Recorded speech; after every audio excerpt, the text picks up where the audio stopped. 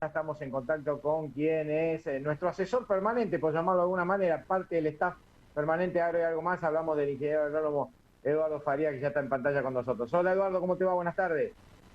Hola Marcelo, gracias por la invitación como siempre y bueno, te veo re bien, así que eso me Sí, genera una alegría, hablamos por teléfono para ver cómo estabas, pero bueno, ahora te veo y es otra sensación, veo que te pegó sí, despacito. sí, la verdad que esta semana ya estamos recuperados. La semana anterior la hemos pasado bastante complicado, pero ya camino al alta, que sería el día viernes, sábado de la mañana, estaríamos ya en la cancha, inmunizado inclusive toda la familia, ¿no? Pero bueno, Vamos, bueno, ya bueno. eso no deja de ser una ventaja, ¿eh? Más allá de que la pasamos mal, ¿eh? Entonces no se lo recomiendo a nadie. Algunos dicen, bueno, ya está, ya la pasaste. Yo no se lo recomiendo que la pase nadie. La verdad que no es una gripecita como dicen todos, pero bueno, ya estamos ahí al pie del cañón trabajando y trabajando en lo que tiene que ver la producción, como siempre, en Agro y Algo Más. Y nuestra consulta puntual justamente va hacia lo que tiene que ver con lo que se relaciona con, primero, el trigo, que tiene en estos momentos su desarrollo, su camino a la cosecha, con pronósticos. Algunas lluvias hablan también por ahí, pero ¿cómo está hoy la actualidad del trigo en la región, Eduardo?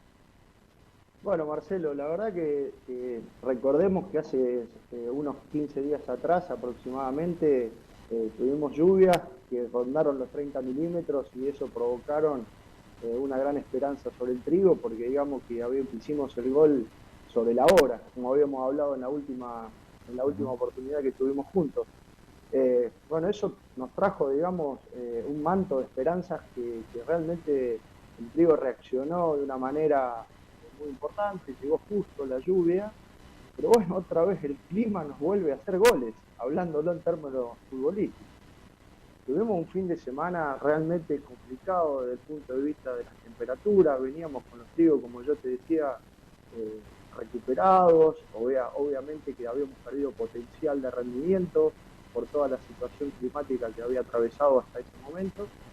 Pero bueno, el fin de semana tuvimos eventos de temperaturas muy bajas, a las cuales obviamente el cultivo no le gustó para nada porque ya estamos en un periodo de definición de rendimiento, estamos en las últimas etapas en donde ahora una inclemencia como la que ocurrió directamente influye directamente sobre el rendimiento y bueno, el fin de semana tuvimos heladas que realmente fueron fuertes, en donde la susceptibilidad del cultivo en esta etapa obviamente ya no se la banca como se la venía bancando el periodo vegetativo.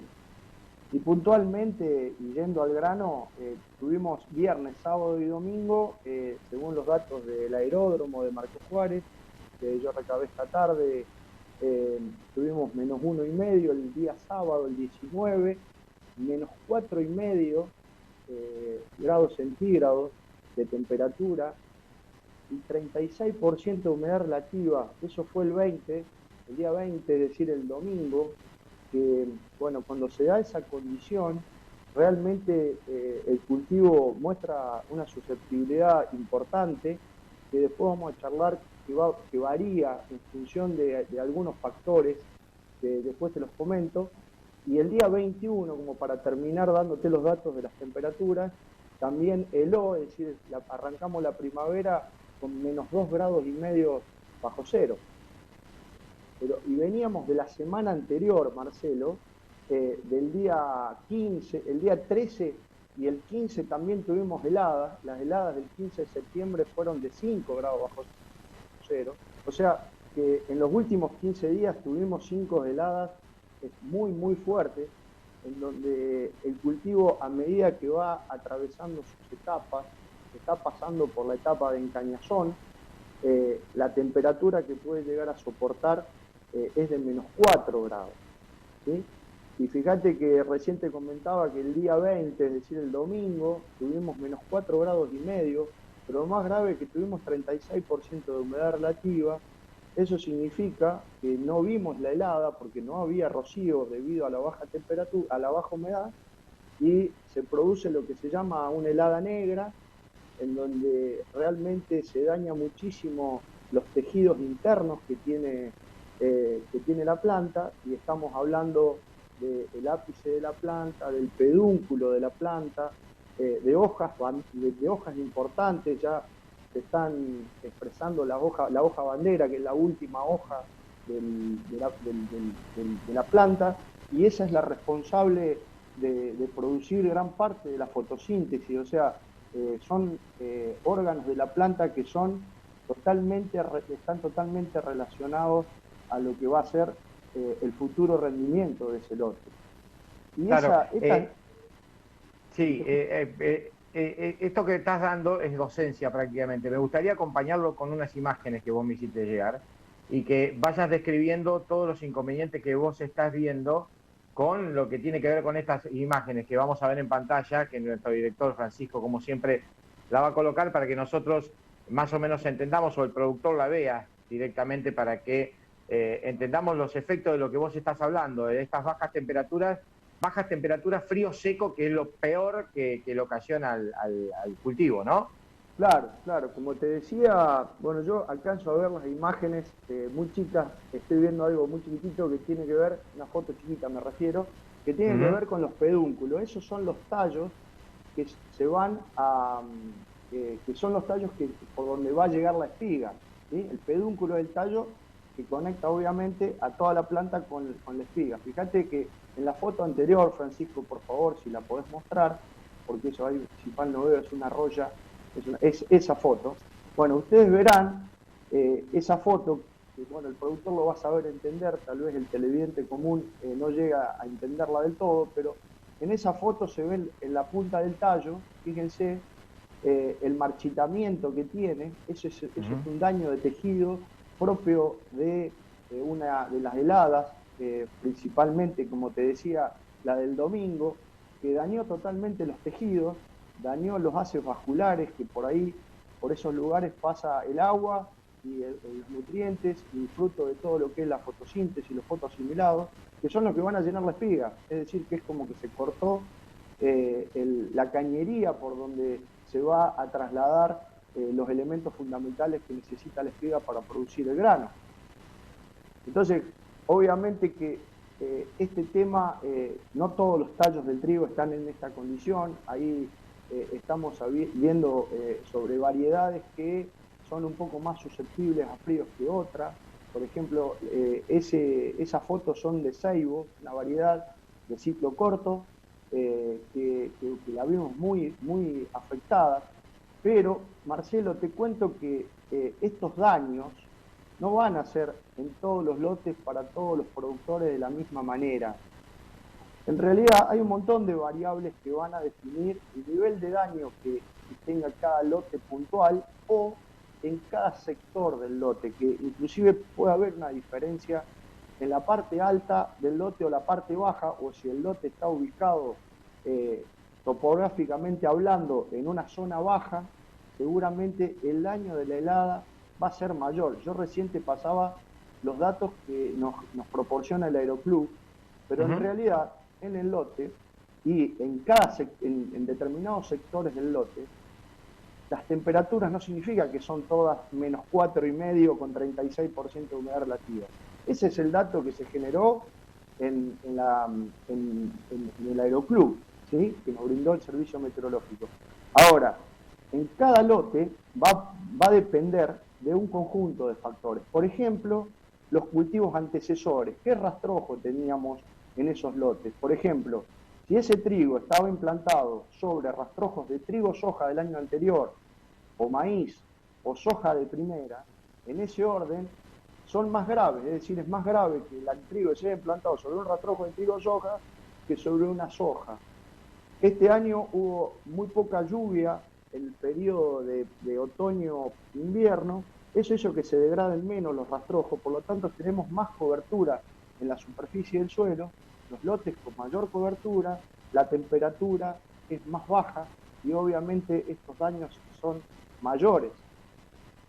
Como te decía, la topografía, el tipo de rastrojo, la cantidad de rastrojo, la susceptibilidad de las variedades de trigo, que no todas muestran la misma tolerancia a estas temperaturas, son todos factores que van a determinar el daño posterior que podamos tener entre lotes o entre sectores de lotes. Por lo tanto, hoy estar contándoles en número, qué cantidad o qué daño tenemos puntualmente es realmente muy relativo, porque va a depender de cada ambiente en particular, como recién te lo estaba comentando, y obviamente también la fecha de siembra, las fechas de siembras más tempranas, donde el cultivo está más desarrollado, obviamente tiene un mayor daño. Pero todavía es temprano para evaluar todo este tipo de daños, Marcelo, porque la helada fue el fin de semana, a pesar de que habíamos tenido hace unos días atrás, el día 15, heladas frías también, heladas complicadas, pero todavía es temprano para evaluar el tipo de daño. Sí, me preguntaba. Sí, lo de la roya. Esto tiene que ver, obviamente, con un efecto diferente, distinto, y qué hacer ante esto. Bueno, es una gran pregunta, Marcelo, porque el tema roya no está en todas las variedades, se encuentran en variedades puntuales con alta susceptibilidad, se produce debido a la humedad relativa que se generó debido a la lluvia que tuvimos hace 15 días atrás y las bajas temperaturas. Pero bueno, ahora hay que evaluar bien qué cantidad o qué presencia tenemos de las enfermedades en función de los daños de helada. Hay que empezar a correlacionar, monitorear, evaluar y hacer un diagnóstico adecuado, ya que va a haber algunos cultivos, lo estamos viendo algunos lotes muy complicados, en donde por ahora, no quiero alarmar, pero estamos viendo lotes que tallo que sacamos, como recién te mostraba en la foto anterior, tallo que está complicado de trigo. Entonces, va a haber que hacer una evaluación primero de heladas, que no es tan sencillo de hacerlo porque necesitamos tiempo para que se muestren los síntomas de helada. Estamos viendo algunos que están muy definidos, pero hay otros lotes que no se ve con esa claridad de daño de pedúnculo, del ápice, de hojas banderas. Todavía no tenemos un valor. Entonces, primero hay que evaluar el daño de helada, ¿sí? Y en función de eso, ver cómo vamos a manejar el tema de enfermedades, que obviamente en los lotes que están presentes, y uno tenga una expectativa de rendimiento en donde uno espera valores que superan los costos y que va a mantener el cultivo, va a tener que hacer un tratamiento de roya, que no es barato, pero que es la continuidad del cultivo, porque si no nos quedamos sin hoja y obviamente terminamos en una situación extremadamente complicada. Y hablando de la continuidad de la producción, varios ya han comenzado con lo que tiene que ver con la siembra del maíz. ¿Qué condiciones encuentran los lotes que justamente han comenzado con esta siembra? Bueno, el maíz viene muy lento, o sea, yo creo que gran parte del maíz de primera, los productores ya lo han sembrado, a pesar de que el miércoles, jueves de la semana pasada, en lotes que no tenían muy buena humedad, fundamentalmente por una menor cantidad de rastrojo en superficie, que digamos que disminuye mantener la humedad en el tiempo, empezaron a frenar, a dejar de sembrar, porque ya la humedad escaseaba en los primeros centímetros del suelo. Venimos con una germinación extremadamente lenta. Imagínate que en esos lotes, los que sembraron a partir del 9-10 de septiembre, que fue cuando empecé a ver sembradoras en el campo, lo agarraron 5 heladas. O sea, atravesó por todas las heladas que te comenté, y el maíz está totalmente relacionado, su germinación, el tiempo de germinación, está relacionado a la temperatura. Es decir, para que lo entiendan, un maíz sembrado en diciembre, ¿sí?, con temperaturas muy altas, de 25-30 grados de suelo, hace que el maíz en 4 o 5 días esté germinado. Y ahora, con temperaturas como las que tenemos, vamos a cumplir unos 15 días esta semana y todavía no estamos viendo la emergencia, excepto en algunos lotes con menor cobertura, donde la temperatura es más alta, y ahí ya se puede empezar a ver algo de emergencia. Pero los lotes que tienen muy buena cobertura, que normalmente vienen de rastrojo de trigo soja del año anterior, esos vienen muy retrasados. Imagínate que ya van a pasar 15 días y todavía están ahí abajo, están tratando de emerger, pero a un ritmo muy, muy lento. Recuerdo los gráficos que trajiste en algún momento con respecto a las heladas, y estas heladas de las cuales hablas son, si no recuerdo mal, por llamar esta época en septiembre, extraordinarias y comienzan a transformar las heladas que faltaron antes en un momento que no se esperaban realmente, ¿no? Mira, estamos en la primavera, arrancamos la primavera ayer. Claro, Teóricamente, el periodo de primavera es un periodo en donde estamos libres de heladas, ¿sí? claro. A pesar de que al principio arrancamos con menor helada de lo normal, julio, agosto y septiembre tuvimos mucho más heladas de lo normal, Marcelo. Yo estuve contabilizando ya, si no le erro en algún dato que le puedo agarrar a una o dos, tuvimos 44 heladas en lo que va de este año. Y heladas que hicieron muy intensas, con muy baja humedad relativa, que eso fue lo que nos ha provocado mucho lío, que han provocado que se llaman heladas negras, y heladas en donde el tiempo de duración fue muy importante, a tal punto que para esta época el cultivo de trigo viene un poquito retrasado en lo que respecta a cómo a cómo debería estar actualmente, en donde otros años ya nos empiezan a emerger la hoja bandera, ya el cultivo está, vos lo ves que ya está cerca de la floración, a pesar de que ahora lo está, pero lo veo que se va a retrasar unos 7, 10 días, esto que normalmente estábamos acostumbrados, y eso tiene que ver con la temperatura. Bien. En cuanto a la temperatura, la amplitud que se da de tener bajísimas temperaturas mínimas y amplia o elevadas temperaturas máximas, una amplitud muy grande, ¿eso complica aún más la cuestión o no tiene ningún tipo de efecto?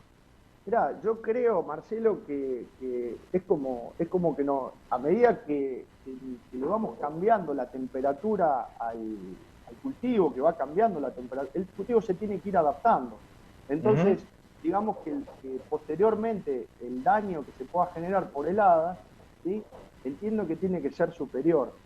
Pero fíjate que el clima nos está provocando cambios que son, como vos bien lo dijiste, amplitudes que tenemos días de 30 grados, 28, 30 grados, y a la mañana hela. O sea, tenemos una amplitud térmica que realmente es muy fuerte, pero te puedo asegurar que lo más grave de todo esto son las temperaturas bajas que soporta la etapa del cultivo. Como te decía, el cultivo de trigo en encañazón soporta -4, en espigazón soporta -2, todavía no estamos en espigazón, entiendo que en los próximos 7, 10 días ya vamos a empezar a ver los cultivos con espigas, y bueno, y ahí es donde vamos a evaluar, porque ahí se va a manifestar los daños de helada, ahí va a ser más fácil diagnosticar y cuantificar qué lío nos hizo estas bajas temperaturas de este fin de semana.